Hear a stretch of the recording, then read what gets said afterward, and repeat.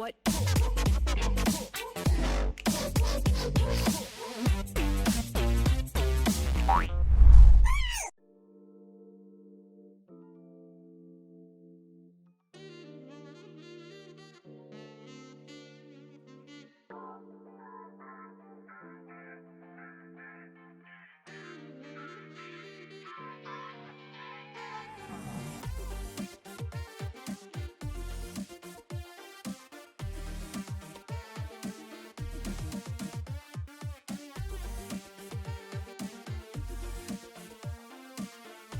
Would never dream of anything else.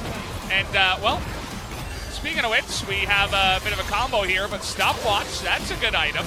He's going to be able to get out of dodge here. Now, who's the real Peanut? Looks like that's Nico on the top side. Juve threatening here. Kuzan does get the trouble bubble onto Nahyun, but not able to follow up with much damage. And Ruler already pretty low on that health. Tucson trying to land this one.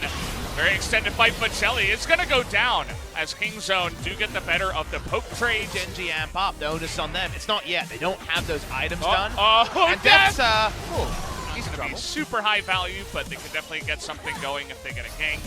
Maybe push onto one of these turrets. I think the bottom lane is the weakest, but Ruler here is alone. He has to get away by flash. Although, still waiting on that LEC that's going to happen tonight. With a game like this, we might be closer to it, BEAUZ. Hey, Rascal's getting in there, but the binding on the Juve. Top assault. Juve needs to back. Okay. He didn't back. And now Juve does have the stopwatch. So that's going to be anticlimactic there, but they do get the stopwatch at least, as now Tucson has to cleanse out of that one. Oh, if that hit, he was dead, but now maybe it's Kuzan who's going in the death chamber. See you later. 500 gold is going to go over, and Cuz is going to put that wall down, and he's staying alive. That's exactly what he wants. Nothing can hit this Karthus, but a lot of stopwatch. I imagine plenty of Zonias and different types of stasis this game. Gonna watch the replay. Definitely understood the theory here, but stopwatch is a girl's best friend when the Karthus is on the wrist. The play went on. You understood what everyone was trying to do. Nahyun coming in late does allow him to almost one rotation. Kuzan on the back end. Lots of almost deaths, but only 2 overall. Yeah, they get the Zoe, but ends up taking a big chunk in the end. As fortunately, Kuzan has not been too on point with the Zoe just yet. But how is this one going to go down? It is going to go the way of Peanut. Tonight his smite is on point. But now the ult is coming in, and the big boom of damage is gonna get the 2 kills. What the hell? Peanut now doesn't have his Q down, but the good binding, can they burst it in time? Peanut's not gonna get in range, and Cuz will be able to pick it up. It's starting to come together. The Kings are gonna watch the replay. Like you said, they would love an Infernal. Peanut plays this well. 83. He waits 83 health, like you mentioned. But on the back end, it doesn't matter if you can't connect with lethal damage to start. Let me introduce you to the Requiem. On the back end of the play as well, Ruler has to stick around and poke. That's his job, that's his requirement after his allies went down.